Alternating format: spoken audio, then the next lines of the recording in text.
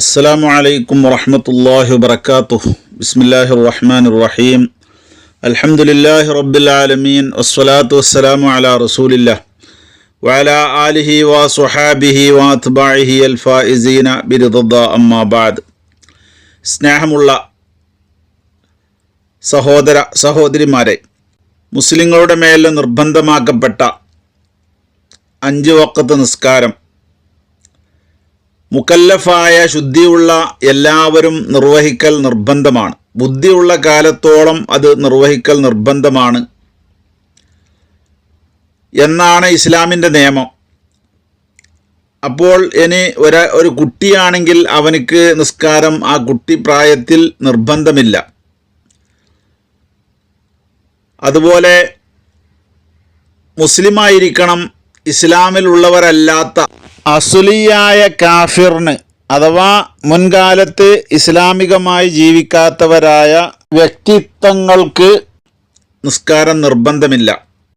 അതുപോലെ ഭ്രാന്തായ ആൾ, ബോധക്ഷയമുണ്ടായി, ഭ്രാന്തും ബോധക്ഷയവുമൊക്കെ അനധികൃതമായി ഉണ്ടാക്കിയെടുത്തതല്ല, സ്വാഭാവികമായി ഉണ്ടായതാണ്, മനഃപൂർവ്വം ഉണ്ടാക്കിയെടുത്തതല്ല. അങ്ങനത്തെ ബോധക്ഷയം അങ്ങനെയൊക്കെയുള്ള ആളുകൾക്ക് ആ സമയങ്ങളിൽ നിസ്കാരം നിർബന്ധമില്ല.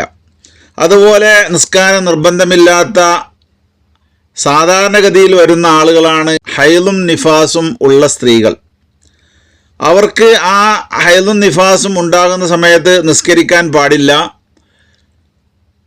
ആ തടസ്സങ്ങളൊക്കെ നീങ്ങിയാൽ പിന്നെ ഈ പറയപ്പെട്ട ആളുകൾക്കൊക്കെ നിസ്കാരം നിർബന്ധമാകുന്ന അവസ്ഥ വരും.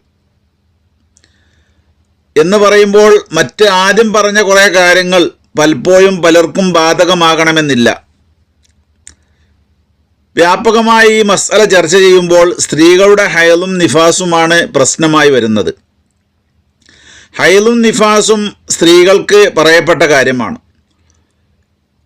അപ്പോൾ അത്തരത്തിലുള്ള തടസ്സങ്ങൾ, നിസ്കരിക്കാൻ അവിടെ തടസ്സമായി നിന്നിരുന്ന ഈ കാര്യങ്ങളൊക്കെ ഒരു സമയത്ത് അവസാനിച്ചാൽ, എപ്പോഴാണ് അത് അവസാനിക്കുന്നത്? ആ അവസാനിച്ചിടം മുതൽ പിന്നെ ഈ ആരാധന, നിസ്കാരാദി കാര്യങ്ങളൊക്കെ നിർവഹിക്കൽ ഈ സ്ത്രീകൾക്ക് ഹൈലും നിഫാസും നീങ്ങിയാൽ നിർബന്ധമാണ്. ചെറിയ കുട്ടി പ്രായം തികഞ്ഞാൽ അവനക്ക് നിർബന്ധമാണ്. അനധികൃതമല്ലാത്ത രീതിയിൽ ബോധക്ഷയമോ ഭ്രാന്തോ ഉണ്ടായ ആൾ, അദ്ദേഹത്തിനക്ക് ആ അസുഖങ്ങളൊക്കെ ഭേദമായാൽ ഈ തടസ്സം നീങ്ങി, അതുകൊണ്ട് അപ്പോൾ മുതൽ നിസ്കാരം നിർബന്ധമായി വരികയാണ്. എന്നാൽ ഇവിടെ പലരും ശ്രദ്ധിക്കാത്ത, പ്രത്യേകിച്ച് ഹൈല് നിഫാസുള്ള സ്ത്രീകൾ നിസ്കാരത്തിൻ്റെ കാര്യത്തിൽ പ്രത്യേകം ശ്രദ്ധിക്കേണ്ട ഒരു മസ്അലയുണ്ട്. സ്ത്രീകൾക്ക് ഈ ഹൈലും നിഫാസും അതുപോലെ ഈ തടസ്സമുള്ള ആളുകൾക്ക് തടസ്സങ്ങളൊക്കെ നീങ്ങുന്നത് ഏത് സമയത്താണ് നീങ്ങുന്നത് എന്നത് പ്രത്യേകമായി ശ്രദ്ധിക്കണം. അവിടെ ശ്രദ്ധിച്ചില്ല എങ്കിൽ നിസ്കാരം ഖളാ വീട്ടുന്നതിൽ കുറേ ബാക്കി വരും. പലതും മസ്അല ശരിക്ക് പഠിക്കാത്തത് കൊണ്ട് അവരുടെ മൊത്തം ജീവിതത്തിൽ കണക്ക് കൂട്ടി നോക്കുമ്പോൾ ധാരാളം നിസ്കാരങ്ങൾ ചിലപ്പോൾ ഖളാ വീട്ടാൻ ബാധ്യതയായി പിരടിയിൽ കിടക്കുന്നുണ്ടാകും. അതിനെക്കുറിച്ചുള്ളൊരു വിശദീകരണമാണ് പറയുന്നത്. ഈ സ്ത്രീക്ക് ഹൈല് ആരംഭിക്കുന്നതും അവസാനിക്കുന്നതും ടൈം ഉണ്ടാവുമല്ലോ. അതുപോലെ ഈ പറയപ്പെട്ട ആളുകൾക്കൊക്കെ ഹൈല് അവരുടേതായ പ്രശ്നങ്ങൾ ആരംഭിക്കുകയും അവസാനിക്കുകയൊക്കെ ചെയ്യുന്ന സമയമുണ്ടാകും. അവർക്ക് മെൻസസ് ആരംഭിക്കുന്ന സമയം സംബന്ധമായി ഇമാം ഷർബീനി വിശദീകരിക്കുന്നത് ഇങ്ങനെ വായിക്കാം: വലൗ ഹാലത്ത് ഔ നഫസത്ത് ഔ ജുന്ന ഔ ഉമിയ അലൈഹി അവ്വലൽ വഖത്തി. ഒരു വഖത്തിൻ്റെ ആദ്യത്തിൽ ഒരു സ്ത്രീക്ക് ഹൈല് ഉണ്ടായി തുടങ്ങി, അല്ലെങ്കിൽ അവൾക്ക് നിഫാസ് ഉണ്ടായി, അല്ലെങ്കിൽ ഭ്രാന്തായി, ബോധക്ഷയമുണ്ടായി. അവ്വലൽ വഖത്തി, ഒരു വഖത്തിൻ്റെ തുടക്കത്തിൽ, അഥവാ 5 വഖത്താണ് നിസ്കാരത്തിനുള്ളത്, അതിൽ നിന്ന് ഏതെങ്കിലും ഒരു വഖത്തിൻ്റെ ആദ്യത്തിൽ ആ പ്രശ്നമുണ്ടായി. എന്നിട്ട് വസ്തഗ്റഖൽ മാനിഉ, ആ തടസ്സമായി വന്ന കാര്യങ്ങൾ വ്യാപകമായി ബാഖീഹി, ആ വഖത്തിൻ്റെ ബാക്കി ഭാഗങ്ങളിലൊക്കെ. എന്നാൽ വജബത്ത് തിൽക സ്വലാത്തു, ആ നിസ്കാരം നിർവഹിക്കൽ നിർബന്ധമാണ്. ലസാനിയ, അല്ലത്തി തുജ്മഉമാഹ, അതോടുകൂടി ജമ്മാക്കപ്പെടേണ്ട നിസ്കാരം നിർവഹിക്കേണ്ടതില്ല. എപ്പോഴാണ് ആ നിസ്കാരം നിർബന്ധമാകൽ? ഇൻ അദ്റക മൻ അറള ലഹുൽ മാനിഉ ഖബല ഉറൂദിഹി, ആ തടസ്സം ഉണ്ടായ ആള് എത്തിച്ചാൽ, ഖദ്റൽ ഫർളി, ഫർള് നിസ്കരിക്കാനുള്ള അത്ര തോത് സമയം, അഖഫ മുംകിനിൻ, വളരെ ലഘുവായിട്ട് ആ ഫർള് നിസ്കരിക്കാനുള്ള സമയം ലഭ്യമായി. എപ്പോൾ ലഭ്യമായി? വഖത്ത് കടന്നതിൻ്റെ ശേഷം ലഭ്യമായി. അവിടെ എന്ത് ചെയ്യണം? അവര് ആ നിസ്കാരം നിർവഹിക്കൽ നിർബന്ധമാണ്. ഉദാഹരണ സഹിതം പറയുകയാണെങ്കിൽ, ഒരു സ്ത്രീക്ക് ഹൈലോ നിഫോസോ ഉണ്ടായി, അല്ലെങ്കിൽ മറ്റുള്ളവർക്ക് ഭ്രാന്ത് ബോധക്ഷയം പോലുള്ളതുണ്ടായി ഒരു വഖത്തിൻ്റെ ആദ്യത്തിൽ, ഉദാഹരണമായിട്ട് ളുഹറിൻ്റെ ആദ്യത്തിലുണ്ടായി. ളുഹറിൻ്റെ ആദ്യം എന്ന് പറയുമ്പോൾ ളുഹറിന് 12:30 ളുഹർ എന്ന് നമ്മൾ സങ്കല്പിക്കുക. ആ ആളെ സംബന്ധിച്ചിടത്തോളം ളുഹർ നിസ്കരിക്കാൻ ഏറ്റവും ലളിതമായ രീതിയിൽ നിസ്കരിക്കാൻ വേണ്ടത് 3 മിനിറ്റ് ആയിരിക്കാം, അല്ലെങ്കിൽ 4 മിനിറ്റ്. അപ്പോൾ 3-4 മിനിറ്റിൽ താഴെയുള്ള സമയം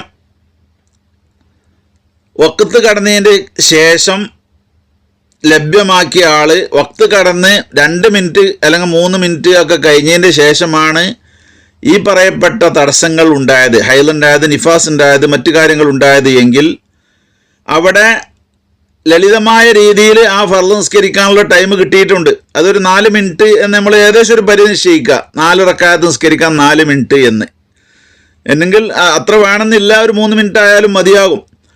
ഒരു 3 മിനിറ്റ് കൊണ്ട് ലഘുവായിട്ട് ളുഹർ നിസ്കരിക്കാൻ പറ്റും.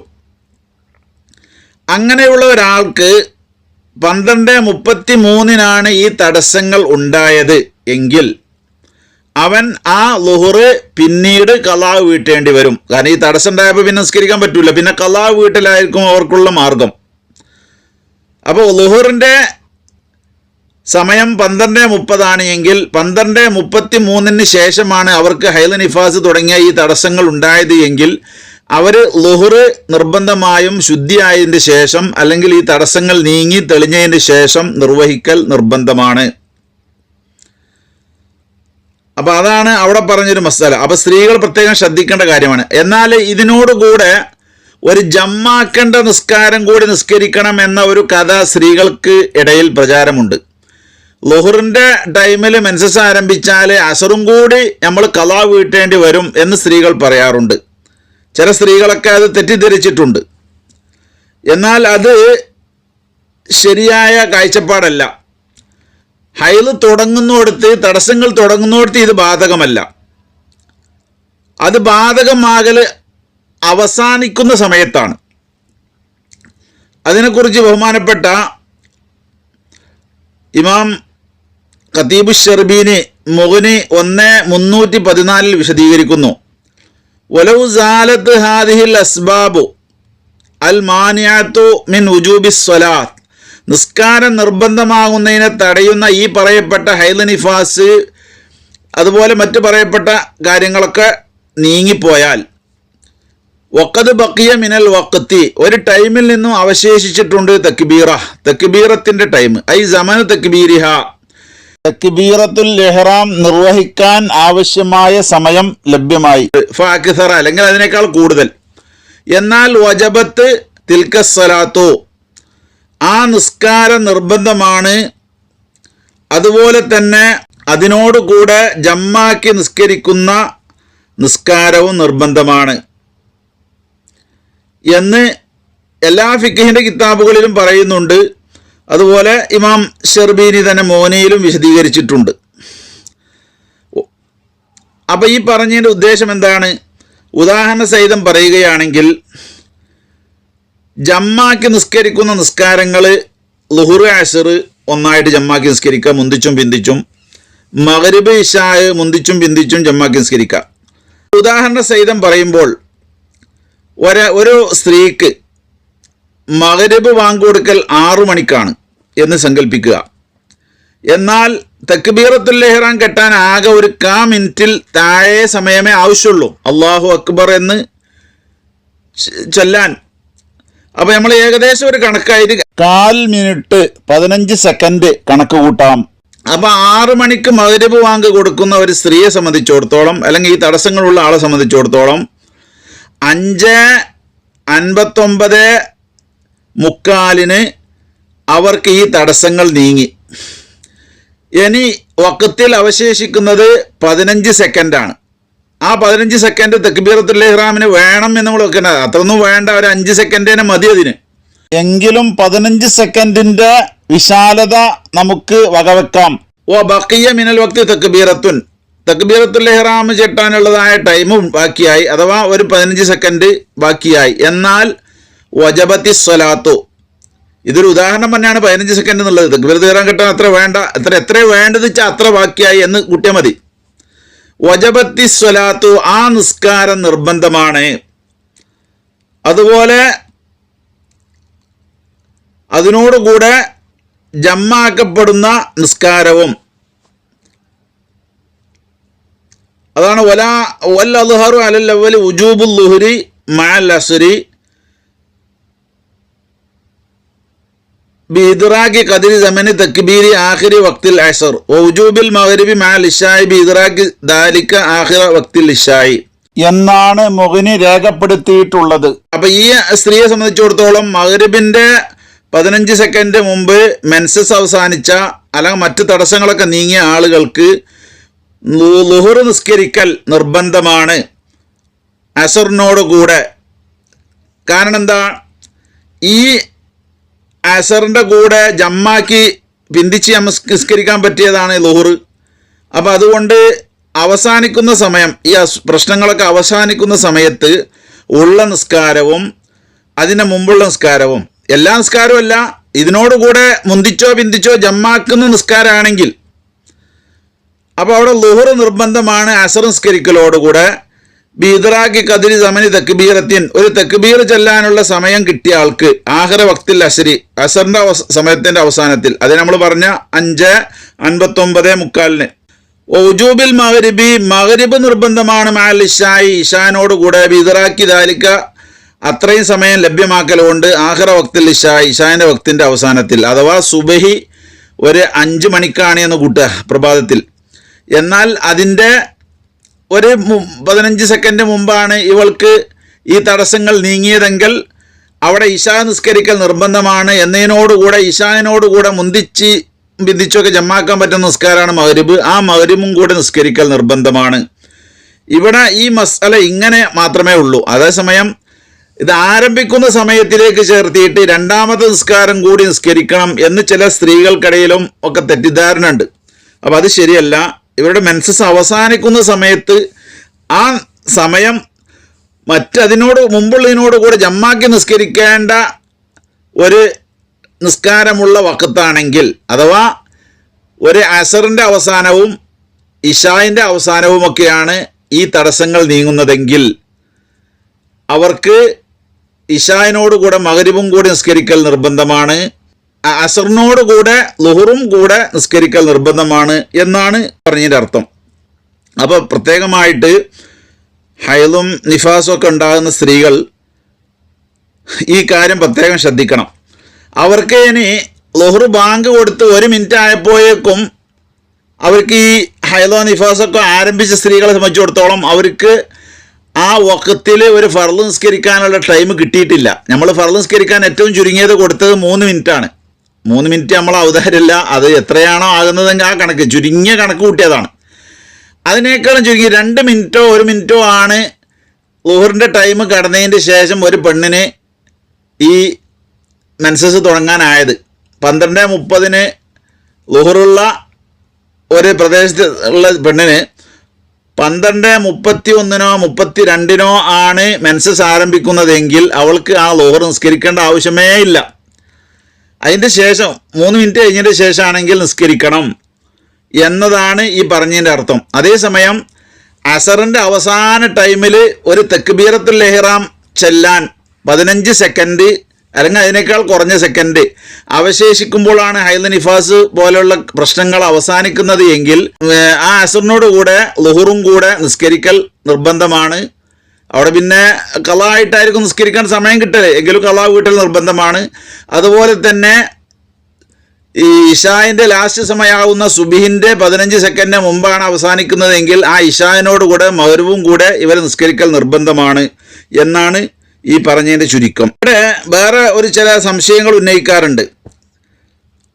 ഈ പെണ്ണിന് 12:30 ളുഹർ നിസ്കാരത്തിൻ്റെ ടൈം കിടക്കുന്ന ഒരു സ്ത്രീയെ സംബന്ധിച്ചിടത്തോളം അവൾക്ക് ഈ 3 മിനിറ്റ് കൊണ്ട് നിസ്കരിക്കാനും ഒതുക്കാനൊക്കെ കഴിയുമോ എന്ന ഒരു സംശയം ചിലർ ഉന്നയിക്കും. എന്നാൽ അവിടെ ശുദ്ധീകരിക്കാനുള്ള സമയം അവിടെ വകവെച്ച് കൊടുത്തിട്ടില്ല.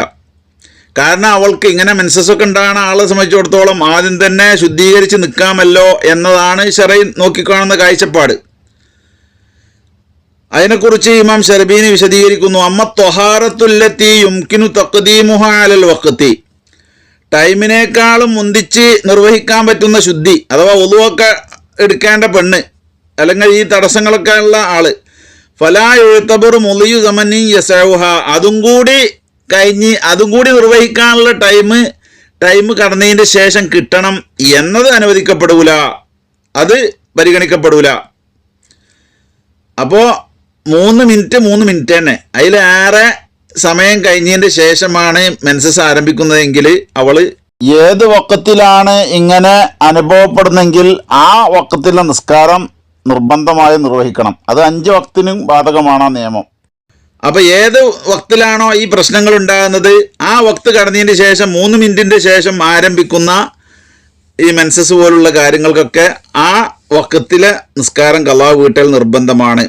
അപ്പോൾ അവിടെ ഞാൻ ഒന്നും കൂടി എടുക്കാൻ ടൈം കിട്ടിയിട്ടില്ല എന്നുള്ള ചോദ്യമില്ല. പക്ഷെ ഒന്നെടുക്കാൻ സമയം കൊടുക്കാം എന്ന് അനുവദിക്കപ്പെടുന്ന ഒരു വിഭാഗമുണ്ട്. അതാരാണ്? അത് മൂത്രവാർച്ചക്കാരെ പോലുള്ള ആളുകൾക്ക് ടൈം കടന്നതിന് ശേഷമേ ശുദ്ധീകരണം അനുവദിക്കപ്പെടുകയുള്ളൂ.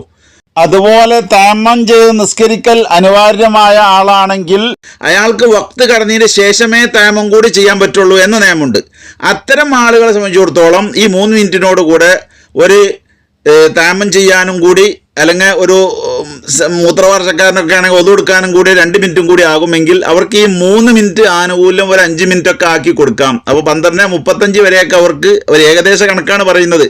ഒരാൾക്ക് ലളിതമായ രീതിയിൽ ഒതുകൊടുക്കാനും അതുപോലെ തയമ്മം ചെയ്യാനൊക്കെ എത്ര സമയമാകുമോ ആ സമയം കൂടെ ഇതിനോടുകൂടെ അനുവദിക്കും. ഈ 2 കക്ഷികൾക്ക് സാധാരണ വക്തിൽ തന്നെ വേറെ തടസ്സങ്ങളൊന്നും ഇല്ലാത്ത ഒതുകൊടുത്തുകൊണ്ട് റെഡിയായി നിൽക്കാൻ സൗകര്യമുള്ള ആളുകളെ സംബന്ധിച്ചിടത്തോളം വക്തിന് മുമ്പ് തന്നെ ഒതുകൊടുക്കാൻ പറ്റുന്ന അനുമതിയുള്ള ആളുകൾക്ക് ഈ ആനുകൂല്യമില്ല.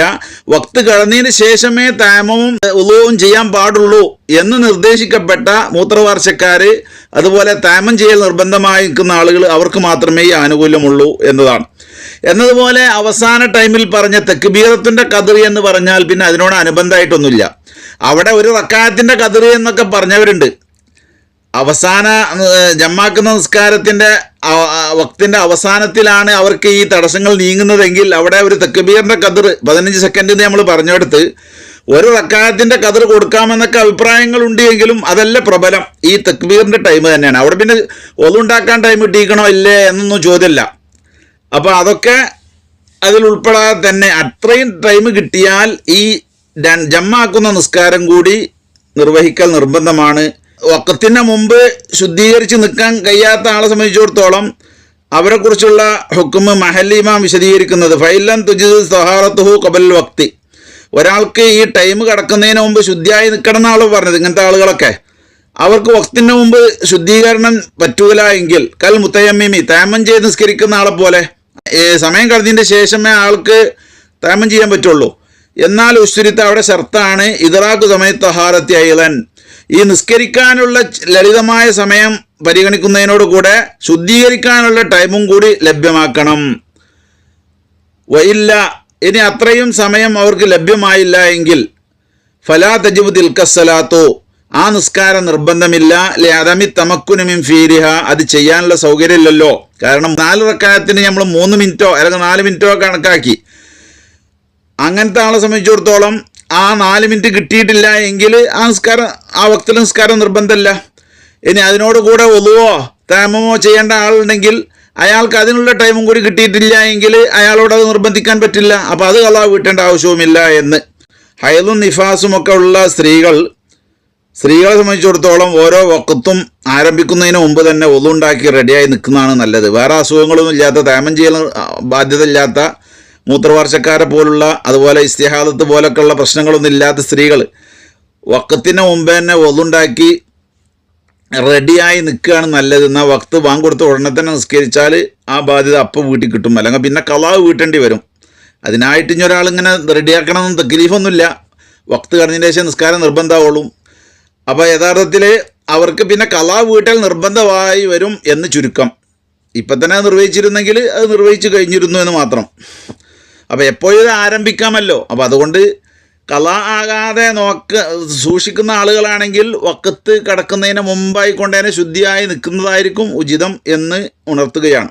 മെൻസസ് അവസാനിക്കുന്നിടത്ത് മാത്രമേ ആ നിസ്കാരവും ആ നിസ്കാരത്തിൻ്റെ കൂടെ മുമ്പുള്ള നിസ്കാരം ജമ്മാക്കാൻ പറ്റിയതാണെങ്കിൽ അതും കൂടെ നിർവഹിക്കൽ നിർബന്ധമാവുകയുള്ളൂ എന്ന് മനസ്സിലാക്കുക. ഒരു സ്ത്രീയുടെ മെൻസസ് അവസാനിക്കുന്നത് സുബഹി വക്കത്തിൻ്റെ ഒരു 15 സെക്കൻഡ് മാത്രം അവശേഷിക്കുന്ന സമയത്താണ് എങ്കിൽ അവർ സുബഹി മാത്രം ഖളാ വീട്ടിയാൽ മതി. മറ്റൊരു നിസ്കാരവും അതിൻ്റെ കൂടെ നിർവഹിക്കേണ്ടതില്ല. വാഖിറു ദഅ്വാനാ അൽഹംദുലില്ലാഹി റബ്ബിൽ ആലമീൻ. അസ്സലാമു അലൈക്കും വറഹ്മത്തുള്ളാഹി വബറകാതുഹു.